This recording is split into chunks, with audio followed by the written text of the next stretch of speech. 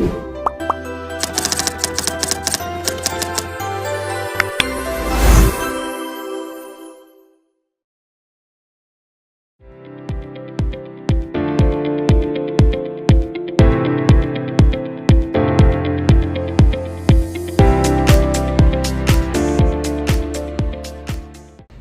sadar nggak sih, sekarang hampir semua aktivitas kita pindah ke dunia digital, mulai dari belajar, berkomunikasi, sampai berpendapat.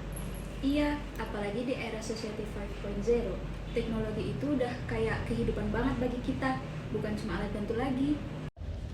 Tapi masalahnya nggak semua orang pakai teknologi dengan bijak. Banyak banget hoax, hate speech, bahkan cyberbullying. Makanya penting banget yang namanya civic literasi digital. Kita nggak cuma pintar berteknologi, tetapi kita paham etika dan tanggung jawab sebagai warga negara. Aku pernah lihat temenku sampai down banget cuman gara-gara komentar jahat di media sosial. Serius sampai segitunya? Iya, awalnya tuh cuman bercanda kan, tapi lama-lama tuh jadi keterlaluan.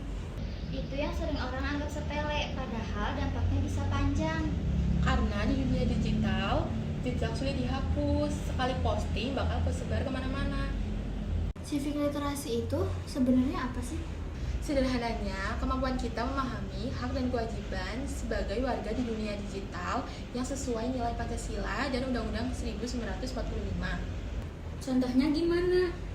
Misalnya, kita bebas berpendapat di media sosial, tapi kebebasan itu ada batasnya. Kita nggak boleh merugikan orang lain. Kadang orang lupa kalau kebebasan itu harus disertai dengan tanggung jawab. Benar, bukan berarti kita bisa ngomong seenaknya. Berarti sebelum kita posting kita harus mikir dulu ya? Iya, minimal kita tanya ke diri sendiri dulu, itu bermanfaat atau enggak, terus bisa menyakiti orang atau enggak. Kalau ragu, lebih baik nggak usah diposting. Lihat deh, ada berita viral. Katanya kampus kita mau ditutup sementara. Hah? Serius? Waduh, bisa kacau nih. Itu dari mana sumbernya? Nggak tahu, aku dapat dari grup chat. Nah, ini contoh nyata, kita nggak boleh langsung percaya. Tapi itu udah banyak yang share loh. Justru itu, banyak yang posting tapi belum berarti bener. Coba kita cek dulu ke akun resmi kampus.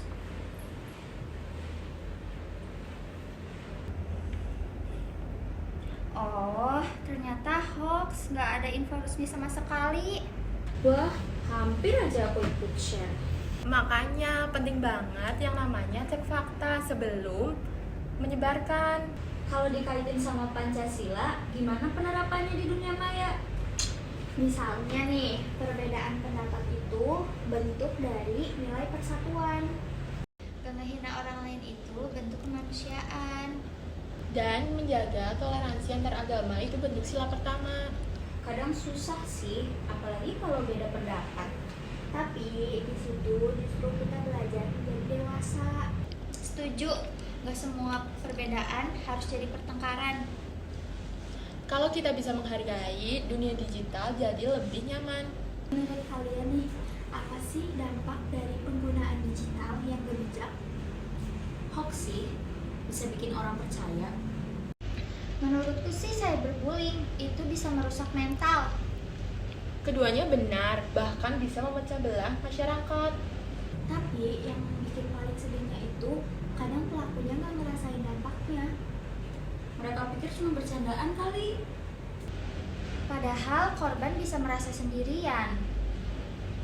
Makanya kita harus lebih peka dan bertanggung jawab. Jadi kita harus gimana biar jadi pengguna digital yang baik? Pertama, harus selalu cek fakta sebelum percaya atau share. Kedua, jaga etika dalam berkomentar. Ketiga, gunakan media sosial untuk hal positif. Dan jangan lupa saling mengingatkan. Kalau ada teman yang salah, ditegur baik-baik. Bukan malah dihakimi. Itu baru namanya dunia digital yang benar. Jadi kita mau jadi bagian dari masalah atau bagian dari solusi?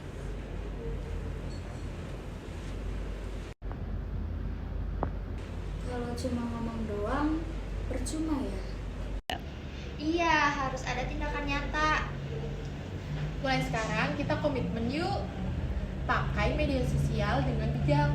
Setuju, kita harus mulai dari diri kita sendiri dulu. Kalau ada yang salah, saling ingetin, bukan malah saling menjatuhkan. Biar lingkungan digital kita jadi lebih sehat. Karena perubahan besar itu dimulai dari langkah yang kecil.